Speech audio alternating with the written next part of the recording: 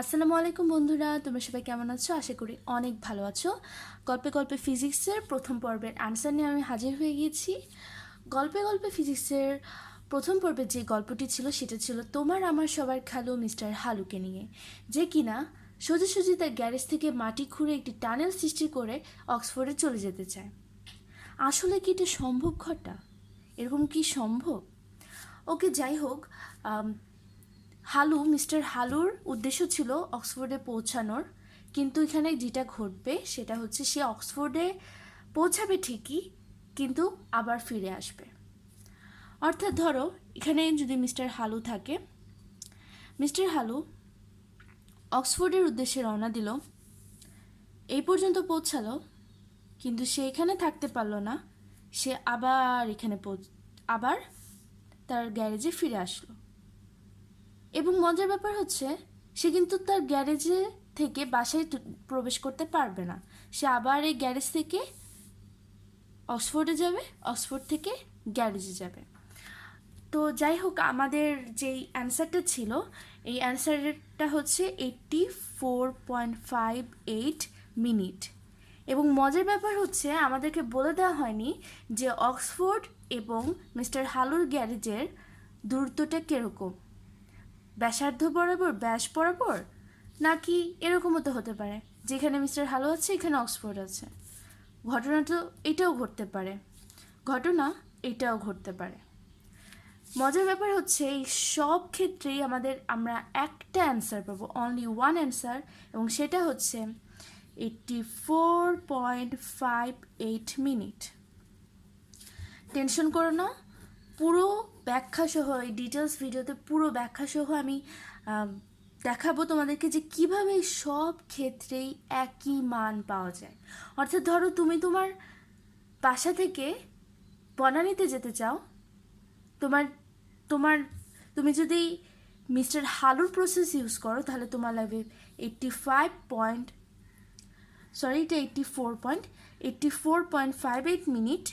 আর তুমি যদি এখান থেকে আমেরিকায় যেতে চাও তাও তোমার সময় লাগবে 84.58 মিনিট। ইন্টারেস্টিং না? সো আমরা এটা আরও ডিটেলস দেখব। তো যেটা ছিল যে কনসেপ্টটা, এটি হচ্ছে সিম্পল হারমোনিক মোশন কনসেপ্ট। তার মানে তুমি যদি এই বিষয়টা বুঝতে চাও, এটা হচ্ছে অধ্যায় 8-এর প্রশ্ন। এটার জন্য তোমার সিম্পল হারমোনিক মোশন জানা লাগবে, এবং অধ্যায় 6 সম্পর্কে, মহাকর্ষ গ্র্যাভিটি সম্পর্কে তোমার একটু জানার প্রয়োজন আছে, অধ্যায় 6। এবং ভেক্টরের উপাংশ কীভাবে বিভাজিত হয়, এই প্রাইমারি কনসেপ্টটাও তোমার জানার প্রয়োজন আছে। তাহলে চলো দেখি, আমরা এখানে সূত্র প্রতিপাদন সহ দেখাবো যে এটা আসলে কিভাবে ঘটছে। এটি হচ্ছে আমাদের মিস্টার হালু। ধরলাম মিস্টার হালুর ভর হচ্ছে m। এখন কি হবে, মিস্টার হালু যদি এখানে দাঁড়িয়ে থাকে, আমরা জানি এটা হচ্ছে পৃথিবীর কেন্দ্র দিয়ে মিস্টার হালুকে পৃথিবীর কেন্দ্র এভাবে করে টানবে, আকর্ষণ করবে। সো মিস্টার হালু এখানে পৌঁছাবে এই আকর্ষণের কারণে। আচ্ছা দেখো তো, এই মাঝখানে পৌঁছানোর পর কি হচ্ছে। আমরা জানি পৃথিবীর কেন্দ্রে গ্র্যাভিটি হচ্ছে 0, জি হচ্ছে 0। তার মানে তখন আমাদের মিস্টার হালুর ওয়েট হয়ে যাবে, বা এর যে নেট ফোর্সটা হবে সেটা হয়ে যাবে 0।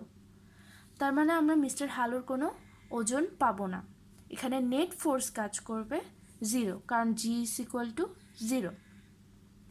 আচ্ছা, তার মানে আমাদের এখানে ত্বরণ আর কাজ করবে না। তাহলে কি ও এখানেই থেকে যাবে, নাকি আবার ফিরে আসবে, নাকি সামনে আগাবে? দেখো, এই ত্বরণের কারণে ওর মধ্যে একটা ভেলোসিটি ও গেইন করেছে, মিস্টার হালু একটা ভেলোসিটি গেইন করেছে। এই ভেলোসিটি কিন্তু কমে নাই, হয়তো ভেলোসিটির হারটা কমেছে কিন্তু ভেলোসিটি কিন্তু কমে নাই। এই ভেলোসিটির কারণে মিস্টার হালু এই পৃথিবীর কেন্দ্র থেকে সামনের দিকে চলে আসবে, তার কাঙ্ক্ষিত স্থান অক্সফোর্ডে। কিন্তু দেখো আবার কি হচ্ছে, যখন ও অক্সফোর্ডে পৌঁছাবে, অক্সফোর্ডের পৌঁছানোর পরে পৃথিবীর কেন্দ্র আবার তাকে টানবে, আবার তাকে এভাবে টানবে। আবার মিস্টার হ্যালো এখানে পৌঁছানোর পর কি হচ্ছে, আমরা এখানে আবার তার নেট ফোর্স 0 পাচ্ছি। কিন্তু এই যখন এই পৃথিবীর কেন্দ্র যখন তাকে এখানে আবার টানছিল, তখন এও একটি ভেলোসিটি আবার গেইন করেছে, যেই ভেলোসিটির কারণেই এখানে কিন্তু ভেলোসিটি 0 হয়নি, ভেলোসিটি হ্রাস পাচ্ছে। তো পেতে পেতে সে এখানে পৌঁছালো, এখানে ভেলোসিটি 0 হয়ে গেল। আবার পৃথিবী তাকে এখানে টানবে। এই কনসেপ্টটা আসলে কি? এই কনসেপ্টটা হচ্ছে সিম্পল হারমোনিক মোশন, সরল ছন্দিত গতির কনসেপ্ট। দেখো সরল ছন্দিত গতিতে কি হয়, ধরো এখানে 3টা পয়েন্ট থাকে, একটা হচ্ছে সাম্য অবস্থা থাকে এবং উভয় পাশে তার একটা সর্বোচ্চ সীমা থাকে, একটা এক্সট্রিম পয়েন্ট থাকে, এখানে একটা এক্সট্রিম পয়েন্ট থাকে। এখন যদি এই বস্তুটাকে, এই এম ভরের বস্তুটাকে আমরা এক্স মিটার ডান দিকে সরাই, তাহলে এই বস্তুটি তার পূর্বের অবস্থায় ফিরে আসতে যাবে এবং ফিরে আসার জন্য একটি বল কাজ করবে, সেটা হচ্ছে কে এক্স। এই কে এক্স বল। তো আমরা এখানে লিখতে পারি এটা হচ্ছে আমাদের সিম্পল হারমোনিক মোশন। আমি এখানে সিম্পল হারমোনিক মোশনের ডিটেলসে যাব না, এটা তোমরা অধ্যায় 8 থেকে জেনে নিতে পারবা। তো এই ফোর্সটা হচ্ছে F = -kx। এখানে মাইনাসটা কেন হলো? মাইনাস হলো কারণ দেখো এক্স যাচ্ছে এইদিকে ডান দিকে, আর এই ফোর্সটা কাজ করতেছে বাম দিকে। যেহেতু দুইটা বিপরীতমুখী, তাই এখানে আমরা মাইনাস দিচ্ছি, যে এফ এবং এক্স পরস্পর সমানুপাতিক হলেও এরা বিপরীতমুখী।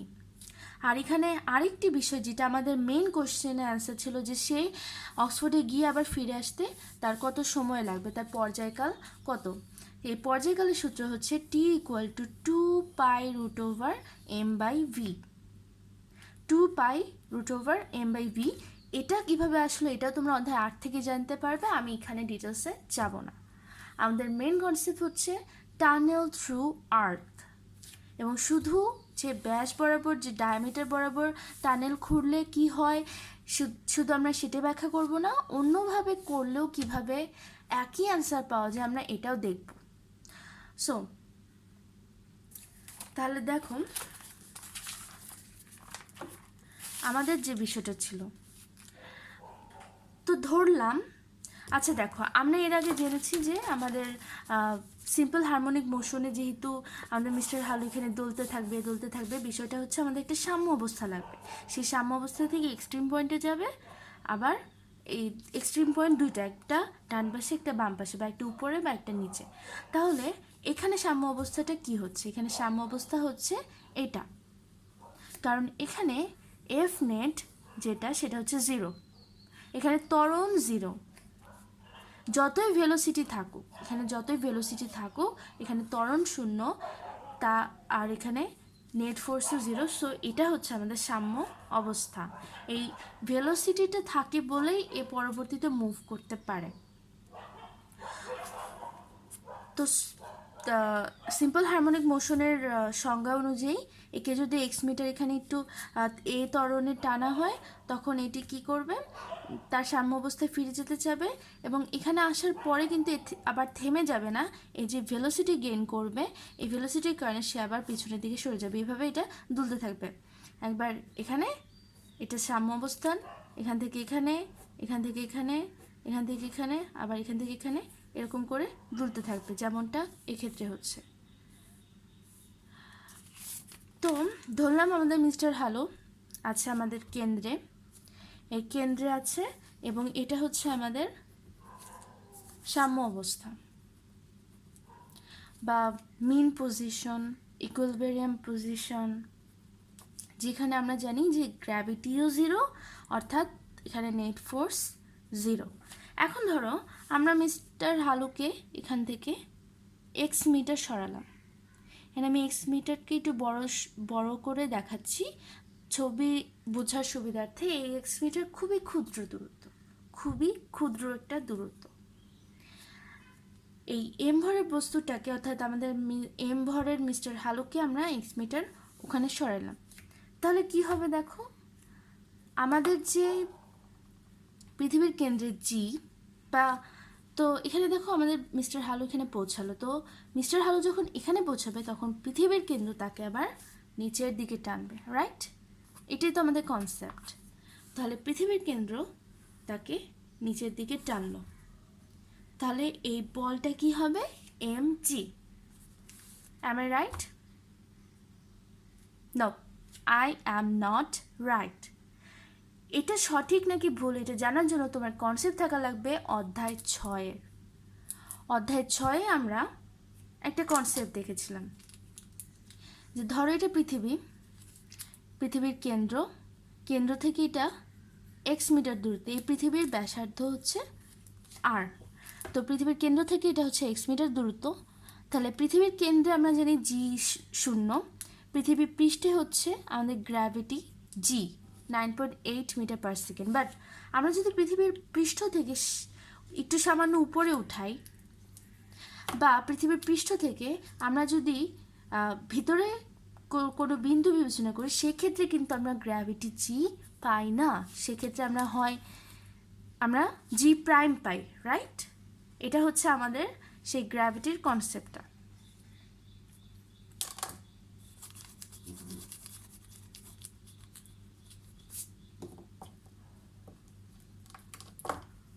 সো এখানে দেখো অধ্যায় 6-এ আমরা কি জেনেছিলাম? অধ্যায় 6-এ আমরা জেনেছিলাম যে একটা পৃথিবী, তার ব্যাসার্ধ হচ্ছে আর, এই পৃথিবীটাকে এর ভূপৃষ্ঠে গ্র্যাভিটির মানে আমরা জানি জি অর্থাৎ 9.8 মিটার পার সেকেন্ড, পৃথিবীর কেন্দ্রে g0। কিন্তু যদি আমরা এই পৃথিবী থেকে কোনো একটি বস্তুকে উপরে উঠাই এই পয়েন্টে, বা এটাকে যদি আমরা ভিতরে নিই এই পয়েন্টে, সেক্ষেত্রে কিন্তু আমরা এই জিটা পাবো না, এই জিটা চেঞ্জ হবে এবং এই জিটা কম হবে, বেশি হবে না। সো ধরো পৃথিবীর কেন্দ্র থেকে এটার দূরত্ব হচ্ছে এক্স মিটার। পৃথিবীর কেন্দ্র থেকে যদি আমরা এক্স মিটার দূরত্বে একটা বস্তুকে রাখি, তখন এর গ্র্যাভিটি কিন্তু আমরা জি পাবো না, তখন এর ক্ষেত্রে আমরা গ্র্যাভিটি পাবো জি প্রাইম। এটা আমরা পৃথিবীর পৃষ্ঠ থেকে উপরে উঠাইলেও সেমই পাবো। তো কনসেপ্টটা হচ্ছে এটা। তার মানে আমরা এখানে এই এম ভরের বস্তুটা যেহেতু ভূপৃষ্ঠে নাই, এর উপর জি কাজ করবে না, এর উপর কাজ করবে জি প্রাইম। জি প্রাইম কাজ করছে। এরপরে কি হবে? আচ্ছা দেখো এখানে আরেকটু বিষয় আছে। তো দেখো জি এর সাথে জি প্রাইমের একটা সম্পর্ক, এটা আমরা অধ্যায় 6-এ জেনেছি। তোমরা ওখানে ওটা পড়লে জানবা যে জি প্রাইম মানে হচ্ছে জি ইন্টু আর বাই আর। এই আর হচ্ছে এই স্মল দূরত্ব। আচ্ছা ধরো এটা আমরা এক্স নিলাম, এখানে আমরা এক্স ধরেছি, তো এটা হচ্ছে আমাদের এক্স, এই এক্স দূরত্ব, আর এই আর হচ্ছে পৃথিবীর ব্যাসার্ধ। তার মানে এই ক্ষেত্রেও এটা ঘটবে। দেখো আমরা তো বলছি যে এখানে একটা সিম্পল হারমোনিক মোশন হচ্ছে SHM, আর সিম্পল হারমোনিক মোশনে আমাদের যেই বলটা থাকে সেই বলটা হচ্ছে -kx। তাহলে এক্ষেত্রে একটা বল আছে, এটাই তো সেই বলটা, তাই না? যেটা আমরা এর আগে চিত্রে দেখেছিলাম, এটাই হচ্ছে সেই বলটা। তাহলে আমরা এটাকে কিভাবে লিখতে পারি? এটাকে আমরা লিখতে পারি যে আমাদের এখানে আমরা নেট ফোর্স পাচ্ছি F net = 0। এটাকে আমরা কিভাবে লিখতে পারি?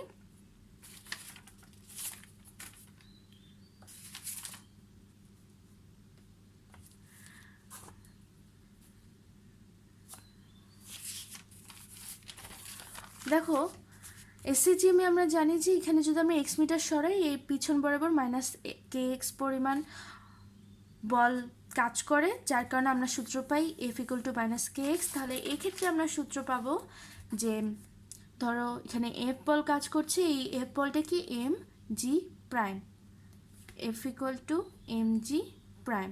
এই g প্রাইমের মান বসাই দিই m × g প্রাইমের মান g × x/r। x/r বসানোর পরে দেখো এই পুরো বিষয়টা কিন্তু কনস্ট্যান্ট। তাহলে এটাকে যদি আমরা কে এর সাথে তুলনা করি, আমাদের SHM এর ফর্মুলার কে এর সাথে তুলনা করে আমরা এটাকে কে ধরতে পারি। আর এখানে একটা মাইনাস, মাইনাস কেন? কারণ এক্স এবং এফ কিন্তু বিপরীত দিকে, এক্স এদিকে কাজ করছে কিন্তু এক্স এদিকে কাজ করছে কিন্তু এফ কাজ করছে এর বিপরীত দিকে, এম জি প্রাইম। তাহলে টি পর্যায়কাল, আমাদের যেটা কাঙ্ক্ষিত উত্তর ছিল যে পর্যায়কাল কি হবে, তা পর্যায়কালের সূত্র হচ্ছে T equal two 2π√ওভার M by কে। এই কে এর মানটা যদি আমরা এটা বসাই দিই তাহলে আমরা কি পাই দেখো, 2π ইন্টু √ওভার এম, কে এর মান হচ্ছে mg/r, নিচে যদি হয় mg, এই আরটা বাই আছে তার মানে এটা উপরে চলে যাবে, তার মানে আমরা পাচ্ছি 2π√r/g।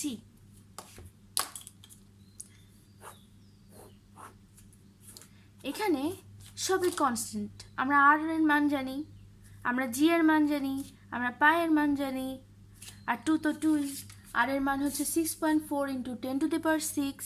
এই সব মান যখন আমরা বসাই দিব তখন আমরা একটি মান পাবো, সেটি হচ্ছে 84.58 মিনিট অ্যাপ্রক্সিমেটলি।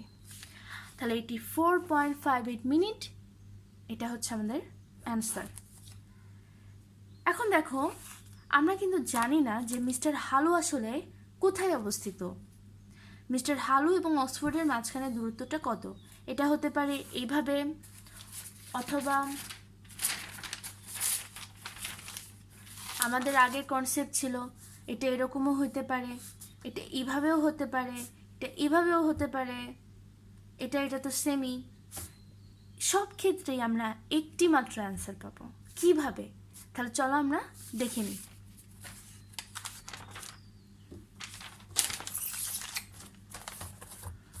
ধরো এবার আমাদের মিস্টার হালু হচ্ছে এখানে এবং তার অক্সফোর্ড হচ্ছে এটা, তার অক্সফোর্ড কাঙ্ক্ষিত স্থান।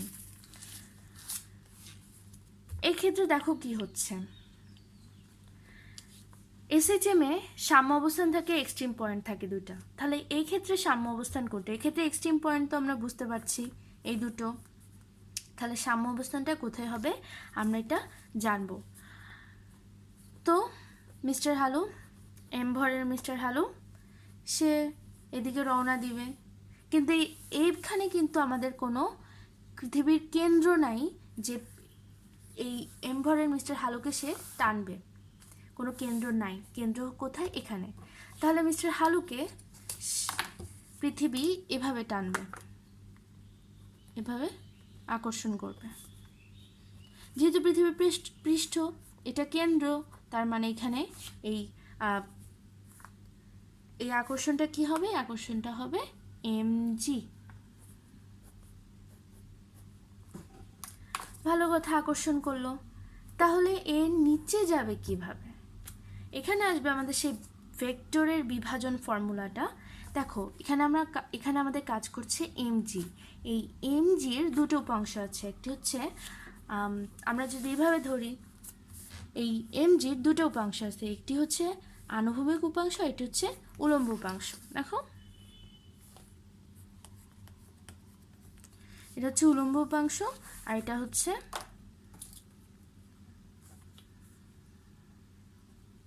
আনুভূমিক উপাংশ। ধরলাম যে এদের মধ্যবর্তী কোণ হচ্ছে থিটা। তাহলে আমরা জানি যে এখানে কি হবে, এটা হবে mg sin থিটা আর এটা হবে mg cos থিটা, এই পাশটা হবে mg cos থিটা। তার মানে মিস্টার হালু যখন অক্সফোর্ডে যেতে চাবে, এই অক্সফোর্ডে যাবে mg বলের কারণে না, এই অক্সফোর্ডে যাবে mg cos থিটা বলের কারণে, যেটি mg বলের একটি আনুভূমিক উপাংশ। তাহলে mg sin থিটা কি হবে? দেখো আমাদের তো পৃথিবীর টানেল এখানে খোঁড়া হয়েছে, এখানে তো পৃথিবীর আটকানো, তাহলে তো সে এই মাটি ভেদ করে তো আর যেতে পারবে না, তাই না? তার মানে সে নিচ বরাবর যাবে। আচ্ছা ভালো, যেতে থাকলো। এই পয়েন্টে আসলে এখানে একটা mg কাজ করবে, সেটা আসলে mg না, সেটা কাজ করবে mg প্রাইম, কারণ আমরা জানি যে যখন আমরা পৃথিবীর পৃষ্ঠ থেকে ভিতরে যাই তখন যে দূরত্বটা থাকে সেটার কারণে জিটা চেঞ্জ হয়। ভূপৃষ্ঠের জি এবং ভিতরের জি সেম থাকে না। তো যাই হোক, আসলো আস্তে আস্তে দেখো একটা সময় আসবে যখন আমাদের মিস্টার হালু এখানে পৌঁছাবে, তখন তার এমজি কাজ করবে এই বরাবর। তখন তার এমজি কাজ করবে এই বরাবর। তো গতবার আমাদের এই বরাবর আমরা পেয়েছিলাম সাম্য অবস্থা, এবং এইবার আমরা এই বরাবরই সাম্য অবস্থা পাবো। কিভাবে একটু খেয়াল করো। এবার কিন্তু এম ভরের মিস্টার হালুকে পৃথিবী টানবে, এদিকে টানবে, সেটা টানবে এম জি প্রাইম বলে। আমরা এম জি প্রাইম কেন আমরা জানি, আমাদের সেই আগের কনসেপ্ট, তো ওটা আমি আর ব্যাখ্যা করলাম না। তো আমরা এর আগে ব্যাখ্যা করেছি কেন এম জি প্রাইম। এটা অধ্যায় 6-এর। এই এম জি বলের আমরা কয়টা উপাংশ পাচ্ছি দেখো। এম জি বলের কোনো আনুভূমিক উপাংশ নেই। এমজি বলের কোনো আনুভূমিক উপাংশ নেই, অর্থাৎ এই এমজি বলের এই যে নিচের যে ওজনটা কাজ করবে সেটা কিন্তু শূন্য। সকল ওজন কোথায় কাজ করছে? এই বরাবর। অর্থাৎ এখানে আমাদের নিচের দিকে কোনো বল নাই। তাহলে কি বস্তুটা এখানে থেকে যাবে? মিস্টার হালু এখানে থেকে যাবে না, কারণ আমরা জানি মিস্টার হালু একটা ভেলোসিটি গেইন করেছে, যেটা কিন্তু এখানে শূন্য হয়নি, সেটা হ্রাস পাওয়া শুরু করেছে, যেটা এখানে গিয়ে একদম জিরো হয়ে যাবে। তার মানে এই ভেলোসিটির কারণে সে এখানে পৌঁছাতে থাকলো। পৌঁছাতে ধরো মিস্টার হালু এখানে পৌঁছালো, তখন তাকে আরেকটা জি প্রাইম বলে পৃথিবীর কেন্দ্র আকর্ষণ করবে। এম জি ডাবল প্রাইম ধরলাম। এখানে ধরো আরেকটা অন্যরকম থিটা কাজ করলো, থিটা প্রাইম। তখন কি হচ্ছে দেখো, এখানে আসার পরে বা ধরো যে সেটা কাঙ্ক্ষিত স্থানেই পৌঁছায় গেল। এখানে আসার পরে কি হচ্ছে, এখানে যদি এই কাঙ্ক্ষিত স্থানে পৌঁছানোর পরে কি হচ্ছে, এই কাঙ্ক্ষিত স্থানে পৌঁছানোর পরে দেখো একে যদি এমজি ডাবল প্রাইম বল এখানে আকর্ষণ করে, এর আমরা দুটো উপাংশ পাবো। একটা হচ্ছে এই বরাবর, এটাকে যদি আমরা থিটা প্রাইম ধরি, একটা হচ্ছে এই বরাবর, আর একটা হচ্ছে আমাদের উলম্ব বরাবর, যেটি কোনো কাজ করবে না কারণ এখানে পৃথিবী আছে। এই এমজি সাইন থিটা কোনো কাজ করবে না কারণ এখানে পৃথিবী টানেলটা নাই। তার মানে এমজি কস থিটা বরাবর আবার একটা ত্বরণ কাজ করবে। তার মানে এখানে ভেলোসিটি শূন্য হলেও কোনো সমস্যা নাই, মিস্টার হালুকে আবার এই এমজি কস থিটা টেনে নিয়ে যাবে। তার মানে এটাও কিন্তু সরল দোলকের মতো কাজ করছে। মিস্টার হালুকে এই এমজি, এখানে এমজি না, এমজি কস থিটা এই বরাবর যেটা কাজ করছে, এই এমজি কস থিটা টানবে, সে সাম্য অবস্থানে আসবে। এখানে তার ভেলোসিটি জিরো হবে না, এখানে তার ত্বরণ জিরো হবে, কারণ দেখো এই বরাবর আমাদের কোনো, এই যে আনুভূমিক বরাবর কোনো কিন্তু এমজি প্রাইমের উপাংশ নাই, সব উপাংশ এই বরাবর কাজ করেছে। তার মানে এখানে একটা ত্বরণ জিরো হয়ে যাবে।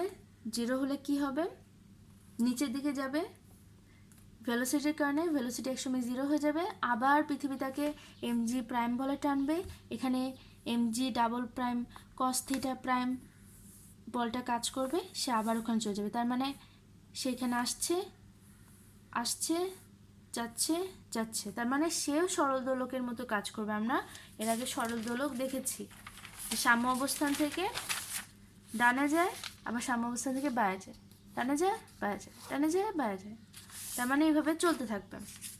তাহলে এই ক্ষেত্রে ইকুয়েশনটা কি হবে দেখো, আমরা ফ্রেশ করে এখানে বুঝি। আমরা জানি কি এটা সাম্য অবস্থান, কোনো কনফিউজিং নাই, কনফিউশন নাই। আচ্ছা যদি থাকেও আবার বলে যাচ্ছি যে এখানে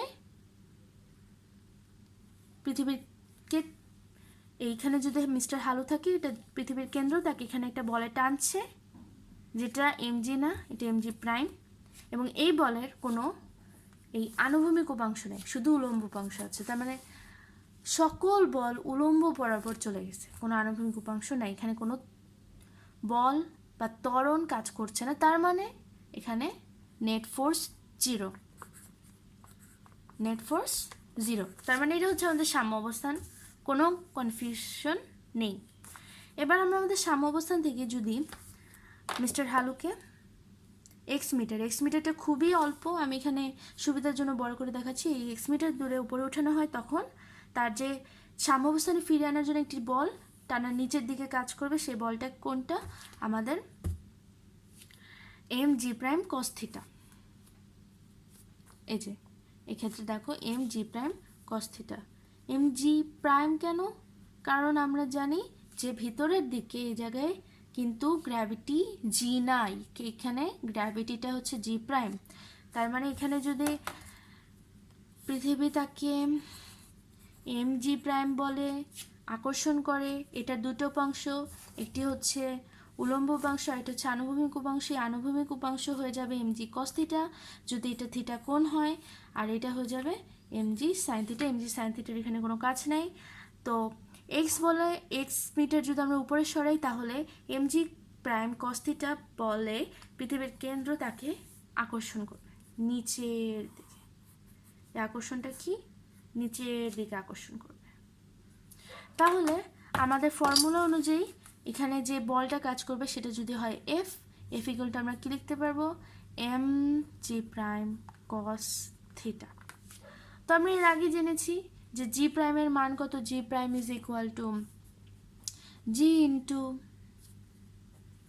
এক্স বাই আর। আর পৃথিবীর ব্যাসার্ধ, আর এক্স হচ্ছে এই যে এটা পৃথিবীর কেন্দ্র থেকে যদি আমরা এক্স মিটার দূরে একটা গ্র্যাভিটির মান জানতে চাই, সেই ক্ষেত্রে যেখানে ভূপৃষ্ঠের গ্র্যাভিটি হচ্ছে জি, তাহলে g prime equal to g into x by R. তাহলে আমরা এখানে কি বলতে পারি? এখানে দেখো এক্স কিন্তু আর এক্স না, রাইট? এক্ষেত্রে ওকে, এখানে দেখো তাহলে আমরা যদি মান বসাই দিই জি প্রাইমের m into g into x by r cos theta, সুবিধার জন্য আমি এখানে লিখব। এখন দেখো কস থিটার মান কত? কস থিটা আমরা জানি ভূমি বাই অতিভুজ, ভূমি বাই অতিভুজ। হ্যাঁ, যেই পয়েন্টটা আমি বলেছিলাম যেখানে এক্স কিন্তু এক্স না, তাহলে আমরা এটা কিন্তু এক্স ধরতে পারবো না। এর আগের ক্ষেত্রে পৃথিবীর কেন্দ্র থেকে ওটা ছিল, রাইট?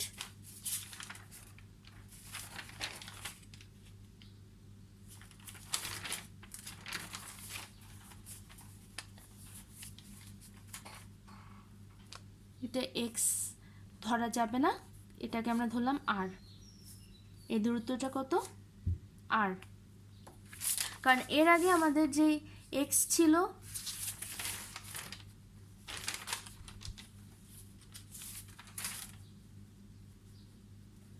এর আগে আমাদের এক্স আর আর সেম ছিল, এক্ষেত্রে আমাদের এক্স আর আর সেম না। এক্ষেত্রে আরটা এই বরাবর কাজ করছে, এক্সটা এই বরাবর কাজ করছে। সো এটা আমরা ধরলাম আর, এটা ধরলাম এক্স। তার মানে এখানে যদি আমরা কস থিটার মান বসে দিতে চাই, কস থিটা সমান সমান ভূমি বাই অতিভুজ, তার মানে এক্স বাই আর, তার মানে m into g into x by R into এখানে আমরা কি বলতে পারি? X by r. আবার এখানে এক্স লিখেছি, এটা এক্স না, এটা আর। এই যে এখান থেকে আমরা মান বসালাম, মানে গতবার এটা আমাদের এক্স ছিল, কিন্তু যেহেতু এবারে আর এইদিকে কাজ করছে, এক্স এদিকে কাজ করছে, তো আর আর এক্স কিন্তু সমান না, কারণ এটা পৃথিবীর কেন্দ্র থেকে আমরা ধরি নাই। গতবার আমরা পৃথিবীর কেন্দ্র থেকে ধরেছিলাম বলে আমরা এক্স আর আরকে সমান বলতে পেরেছিলাম। সো তার মানে এমজি ইন্টু এই R, mg into R by R into x by R, এই আর আর কেটে গেল, তাহলে আমরা পাচ্ছি m g x by R. দেখো আমাদের কিন্তু সেম আগের ফর্মুলাটা চলে আসছে, আমরা আগে কিন্তু এটাই পেয়েছিলাম, যে কেন্দ্র বরাবর যখন আমরা কল্পনা করেছিলাম তখন আমরা কিন্তু এই মানটাই পেয়েছিলাম। তাহলে দেখো এক্স আর মানে সরণ এবং বল বিপরীতমুখী, সো মাইনাস, তার মানে এইটা যদি আমরা কে এর সাথে তুলনা করি তাহলে আমরা বলতে পারি টি এর ভ্যালু হবে 2 পাই ইন্টু রুট ওভার, আমরা জানি এম বাই কে, তাহলে এম বাই কে এর মান যদি আমরা বসাই, কে এর মান কত, এম জি বাই আর, আর চলে গেল উপরে, তার মানে এটা কিন্তু আবার সেম ফর্মুলা চলে আসলো, 2 pi into root over R by g. আর এভাবে আমরা পেয়ে গেলাম তুমি পৃথিবীর যে কোনো প্রান্ত থেকে যেই প্রান্তে যাও না কেন তোমার সেম সময় লাগবে, সেটা হচ্ছে 84.58 মিনিট। তুমি এখানে মানগুলো বসালেই পেয়ে যাবা, পায়ের মান, আর এর মান, জি এর মান বসালে সব পেয়ে যাবা। So sorry for making this video so lengthy,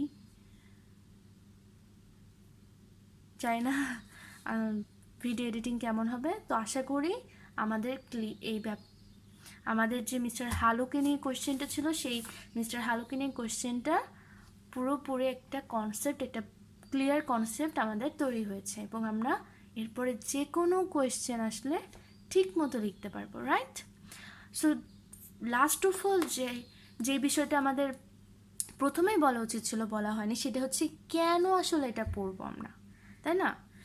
আমরা এটা পড়বো, হ্যাঁ, কারণ আমাদের বই আছে, খুব ভালো কথা, হ্যাঁ আমরা জানি আমাদের বই আছে, পাশাপাশি এটা কিন্তু অ্যাডমিশন টেস্টে আসছে খুব রিসেন্টলি 16-17 সালে, সেটা কল্পনা করা হয়েছে পৃথিবীর কেন্দ্র ব্যাস বরাবর। তো এটা ব্যাস বাদে অন্য কিছু দিতে পারে, এবং যাই দেয় না কেন, যদি এটাও বলে যে তুমি তোমার রুম থেকে তোমার প্রতিবেশীর রুমে মাটি খুঁড়ে যেতে চাও, সেই ক্ষেত্রেও কিন্তু সেম কনসেপ্ট, একদম সেম কনসেপ্ট, এবং সেম মিনিট লাগবে। তোমার এখান থেকে আমেরিকাতে যেতে যা সময় লাগবে, তোমার রুম থেকে তোমার প্রতিবেশীর রুমে যেতেও কিন্তু ঠিক সেই সময় লাগবে। খুব ইন্টারেস্টিং না? তাই তো এই বিষয়টা কাল্পনিক।